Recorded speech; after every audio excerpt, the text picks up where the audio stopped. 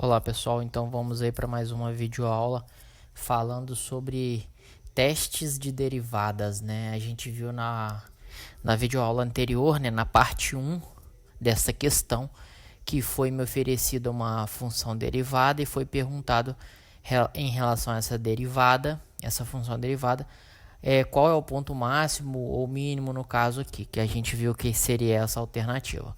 Vale ressaltar, né, relembrar o seguinte: ele me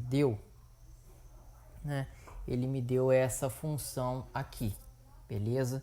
Então essa função foi dada, ela também pode ser desenvolvida, né, e escrita, né, tanto de forma fatorada como uma forma não fatorada, desse jeito aqui azul, beleza?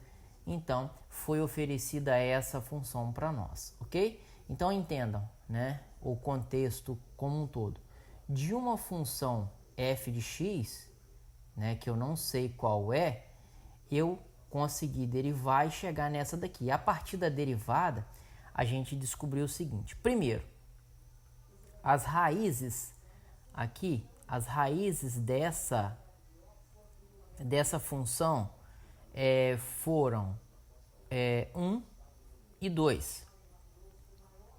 A gente denomina as raízes da primeira derivada, né? Então, as raízes da primeira derivada como pontos críticos. Beleza? A gente fez dois métodos para descobrir qual crítico é o quê. O crítico ele pode ser máximo ou mínimo ou cela, né? A gente, através das técnicas lá, principalmente na técnica de aplicar os pontos na segunda derivada, né? Por exemplo, quando eu apliquei o ponto 1 na segunda derivada deu 0, na videoaula da parte 1, e quando eu apliquei o 2, né, ele deu um valor positivo, que eu não lembro quanto é, eu vou subir e procurar quanto que deu isso. Deu exatamente vermelho aqui, ó, deu 1, né? Então vamos lá para baixo fazer esse resumo, deu 1.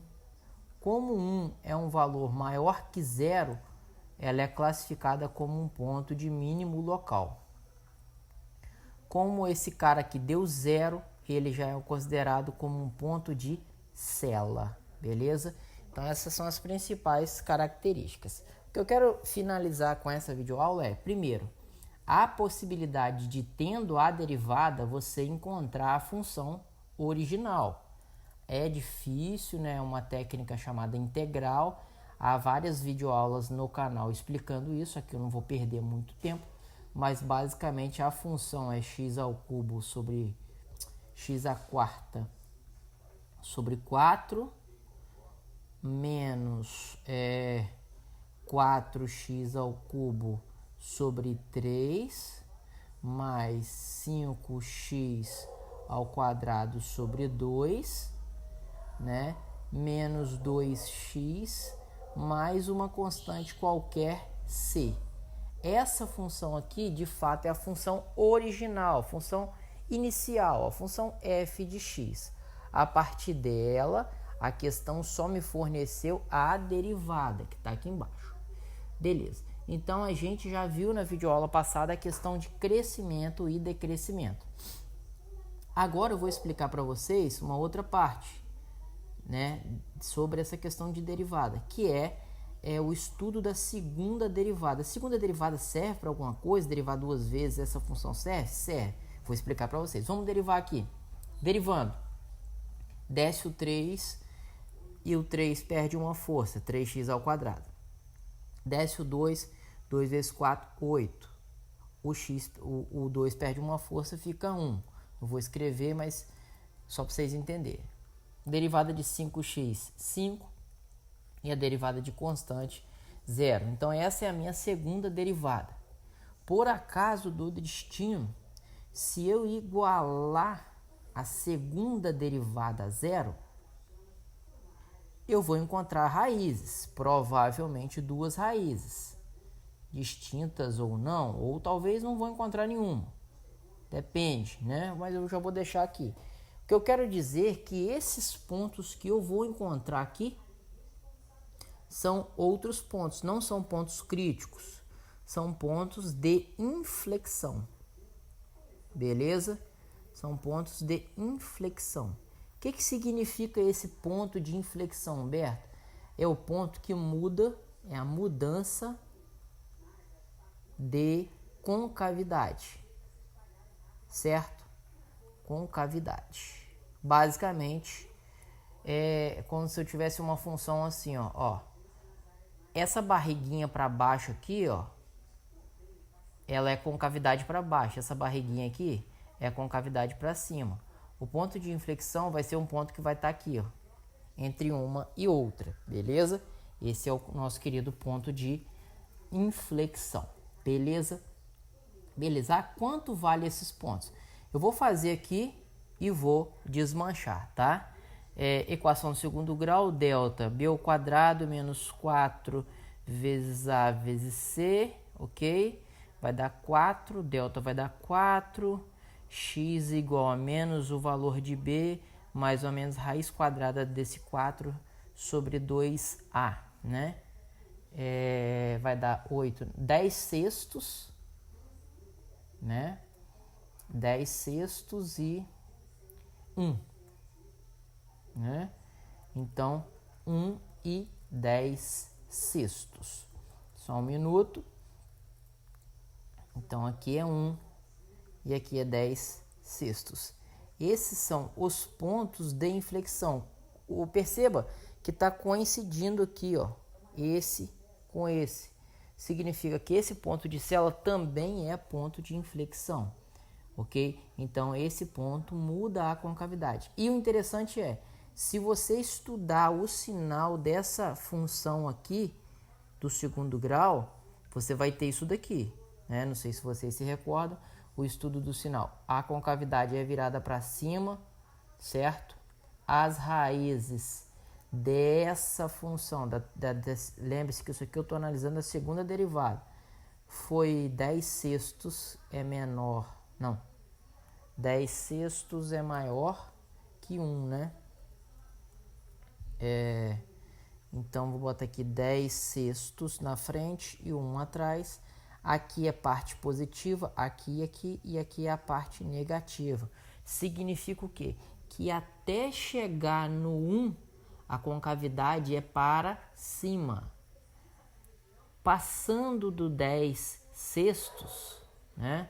A concavidade também é para cima. Agora, a concavidade é toda para baixo, de 1 até 10 sextos, ok? Então, para que serve a segunda derivada? Tanto para achar ponto de inflexão, quanto para achar a análise da concavidade, né, da mudança da concavidade, quanto para fazer testes em relação aos pontos de máximo e de mínimo. Então, ela serve para tudo isso, beleza? Beleza, então esse é o procedimento, beleza? Vou fazer um resumo aqui na frente, tá? Sobre tudo isso e fim, beleza? Então, qual é o procedimento? O cara vai te dar uma função f de x.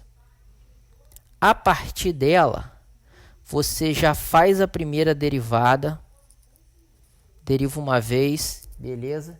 Você já faz a primeira derivada e faz a segunda derivada. Tudo bem? Tudo bem. E aí, feito isso, vamos ao que interessa. Se você conseguir, eventualmente, encontrar as raízes da primeira função, da função f de x, isso aqui, a única coisa que eu sei de informação aqui, que vai ser onde o gráfico vai cortar o eixo x. Beleza? Não tem nada demais. Ok? Ok. Se você... Aqui provavelmente vai ser um cálculo mais fácil, que a segunda... A primeira derivada, se você igualar a zero, você vai encontrar o quê? Os x's que você encontrar, né? O x1, o x2, reticências, todos os caras que você encontrar vão ser chamados de pontos críticos. beleza? Certo? Por acaso do destino, se você conseguir fazer a análise do sinal dessa derivada, a análise do sinal dessa derivada, ela vai te acusar o quê? Qual é o intervalo de crescimento barra decrescimento da função. Beleza? Então, essa é tudo que a primeira derivada nos permite, nos fornece. Eventualmente, tem uma outra coisa também interessante. Continuando o resumo. Aquele cara crítico ali, né? Os pontos críticos estou denominando como PC, tá? Se você pegar a sua segunda derivada, né? Que você já vai ter feito aqui em cima. Se você pegar a sua segunda derivada e substituir o ponto crítico, vou botar PCs aqui, né? Ok? Não vou tirar essa coisinha aqui que vai confundir. Eu vou botar PCs assim. Pra vocês identificar que são todos os críticos. Se tiver 2, testo 2. Se tiver 3, testos 3 e assim por diante. Se, né, você fizer o teste e ele der positivo, der um valor positivo, sabe-se que esse ponto crítico é um ponto de mínimo. É o contrário, tá? Beleza? Se você aplicar um ponto crítico lá qualquer, um outro ponto crítico, e der menor que 0, a gente sabe que ele é um ponto de máximo. Todos os máximos e mínimos local. Se por acaso der a aplicação no ponto crítico que der igual a 0, ele é um camarada que ele é ponto de cela. Ok? Ok. Por fim, além disso, o que essa segunda derivada nos permite, nos fornece? A segunda derivada da função, se você conseguir fazer a análise do sinal dela, a análise do sinal dela vai gerar para mim o intervalo em que a concavidade é para cima ou para baixo. Quando a gente fala concavidade para cima, ela ficou mais ou menos assim. Concavidade para baixo, ela vai ficar mais ou menos assim. Lembrando que se você igualar essa segunda derivada a 0, ela vai gerar para você pontos x1, x2, sei lá, outros caras, né? Vou botar diferente do outro, vou botar x', x2 linhas e assim por diante. Esses caras aqui são pontos de inflexão. São os pontos que determinam a mudança de concavidade, ok? Então, os pontos de inflexão é onde tem a mudança de concavidade. Então, basicamente é isso. Encerro aqui. Quadreceu, printa aí, beleza? Encerro aqui a minha videoaula mostrando para que serve essa primeira derivada, segunda derivada das funções. É o famoso teste da primeira e da segunda derivada, beleza? Com essas informações fica um pouco mais claro a questão, ok? Espero ter ajudado vocês. Forte abraço e tamo junto, pessoal. Valeu!